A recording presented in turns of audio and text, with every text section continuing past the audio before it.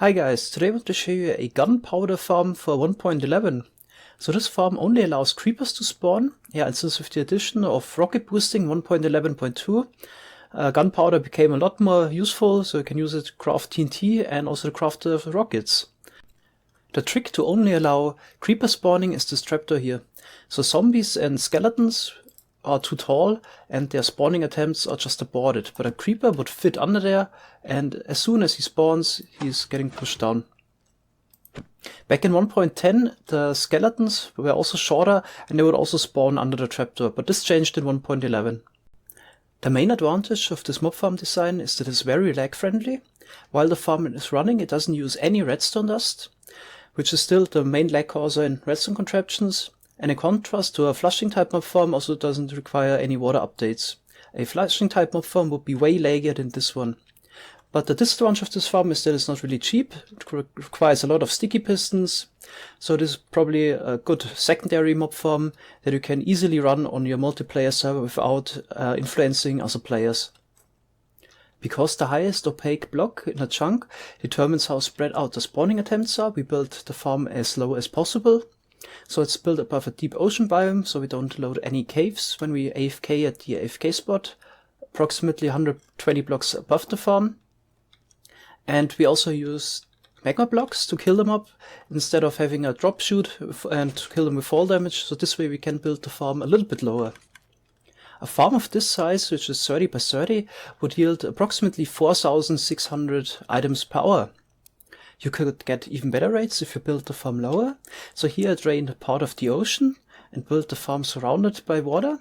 So basically with the same size, the farm would now yield 6,700 gunpowder per hour, which is approximately 8 to 10 times as much as a normal witch farm would yield. Since the farm is one wide tileable, you can also adjust the size. So in this creative world, I built up a 50 by 50 farm instead of a 30 by 30, and it would yield approximately 20,000 gunpowder per hour. Since we're still not capped by the mob cap yet, we could make it slightly more larger than this even, but I would recommend to change up the design if you want to go really all out. And adjustments you could make is make a perimeter, build the farm even lower, just have 2 spawning layers, get rid of the magma blocks and kill the mobs with fall damage instead, so they're killed faster. And this way it's even possible to get over 100,000 gunpowder per hour with this farm. So one last note before I start with the tutorial. In this design I didn't add an off switch for the spawning platforms, but it's easily doable to add one. So there are 2 methods more or less. You could add some blocks here and just power them with redstone dust, and this keeps the piston extended, and then no mobs are able to spawn under the piston arms. So this works best if you only have a 30 by 30 farm, you could power it from both sides. If the part here would be longer, so 50 wide, I can't really put a repeater in there. But I could also put redstone lamps in there and just light those. And then mobs also can't spawn because of the light level. So those are the 2 methods you could use to disable mob spawning. In the tutorial I'm gonna show you how to build this version because it yields the highest results.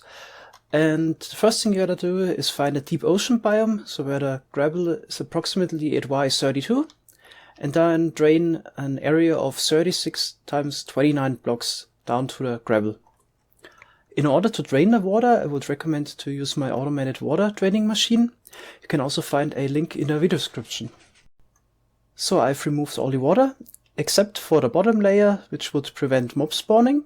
And now we could start building. We start with the unloading system first. So those are the blocks we have put on the rails for the hopper minecart unloading system. This is the long side, which is 36 blocks long, and there's 3 blocks space in between. And those blocks are placed at Y39. So this is 30 blocks long, and in the corner we have the hopper, which is part of the hopper minecart unloading system.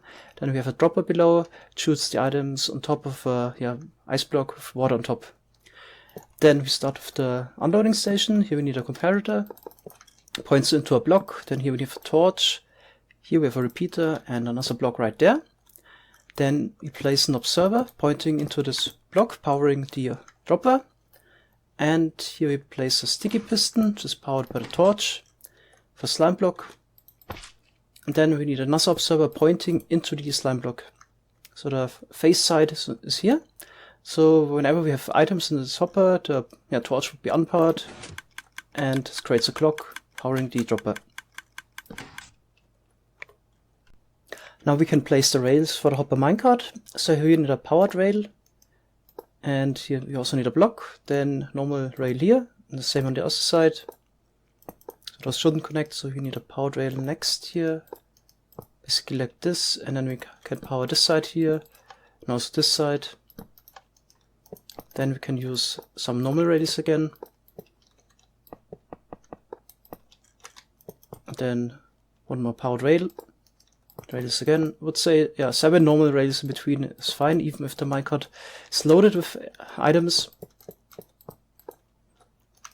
And a powered rail again. And also before the turn. So here turn around.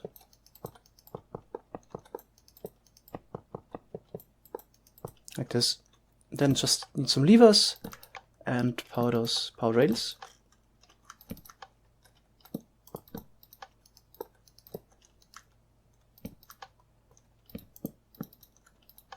Alright.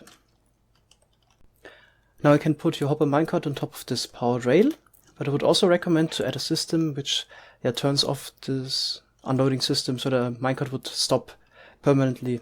And to do this we add a sticky piston right here that we only need to power Redstone Dust in the back. So I've built up the system 3 more times. So in between those rails we would have 5 blocks. And then you just need to connect the off switch for the hopper minecarts. Just some redstone dust on top. And in the middle a lever.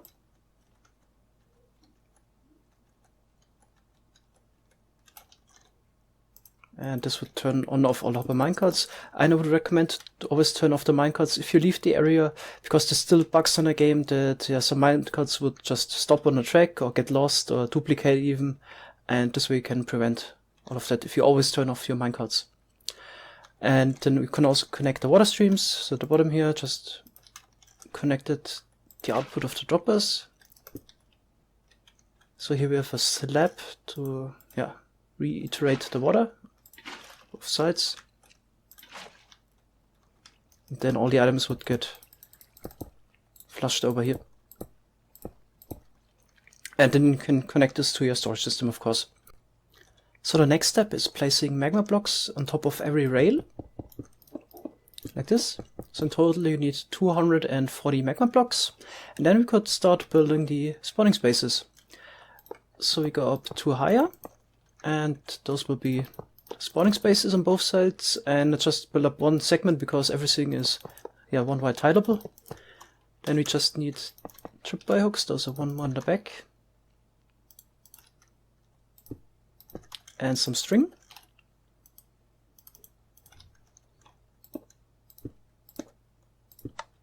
And then we put a sticky piston on top of this tripwire hook and a trapdoor right here. You could also use a wooden trapdoor. I like the look of the iron trapdoors better. And then you also need to add cobble walls below the tripwire hooks. This would prevent spider spawning, because they would also fit in there. But the spider hitbox would collide with the 1.5 block high cobble wall hitbox, so this prevents the spider spawning. And then you also want to make everything else spawn proof, so you could use some slabs. And add them on top of the blocks where the tripwire hooks are attached, and on top of the pistons. I've built this up 29 more times, and now for the second lane you could already use this block to attach a tripwire hook in the back, and then just clone it over like this. And also do it for the other 2 lanes. In order to prevent drops from falling out the side here, I'd also recommend to put in some blocks here. So it could be any block really. So you want to build up 4 more layers, so for 5 layers in total, and every new layer would start 5 blocks higher. Also you need to build them 4 blocks higher, because technically you could have the spawning spaces right here, But then the tripwire hook would be in this position and would butt power, or power with quasi-connectivity, the piston below it. In order to prevent it, we just build it one higher. And then it would look like this. And in order to prevent creepers from falling out the side here, and also drops from falling out, we're just gonna fill this up with a wall here. So I would recommend glass blocks up to here. Yeah, so some stained glass. Then we also need a roof on top. So we're gonna fill this up with slabs here.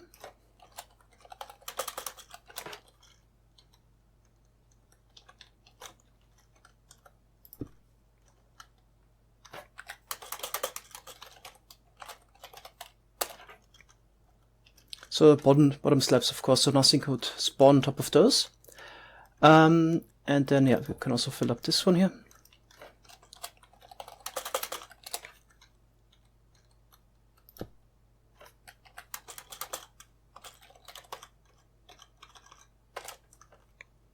Okay, and then you might want to replace all the leaf blocks or whatever you used here, also with slabs. And then also go out 2 more blocks on each side. So like this. And do this all the way around. Alright, once you have the roof completed, your farm is done. Now I just need an AFK spot. So go in the middle of your spawning spaces, which is approximately right here. And then just go up to Y167, and this will be your AFK spot. So Y167. And then of course build the AFK spot out of transparent blocks, because the opaque blocks would lower your spawning rates. If you decided to build the farm above the ocean, then you need a bigger roof to have light level 0 on every spawning spot. And obviously you also need a glass wall on each side. So thanks a lot for watching, have a nice day, bye bye.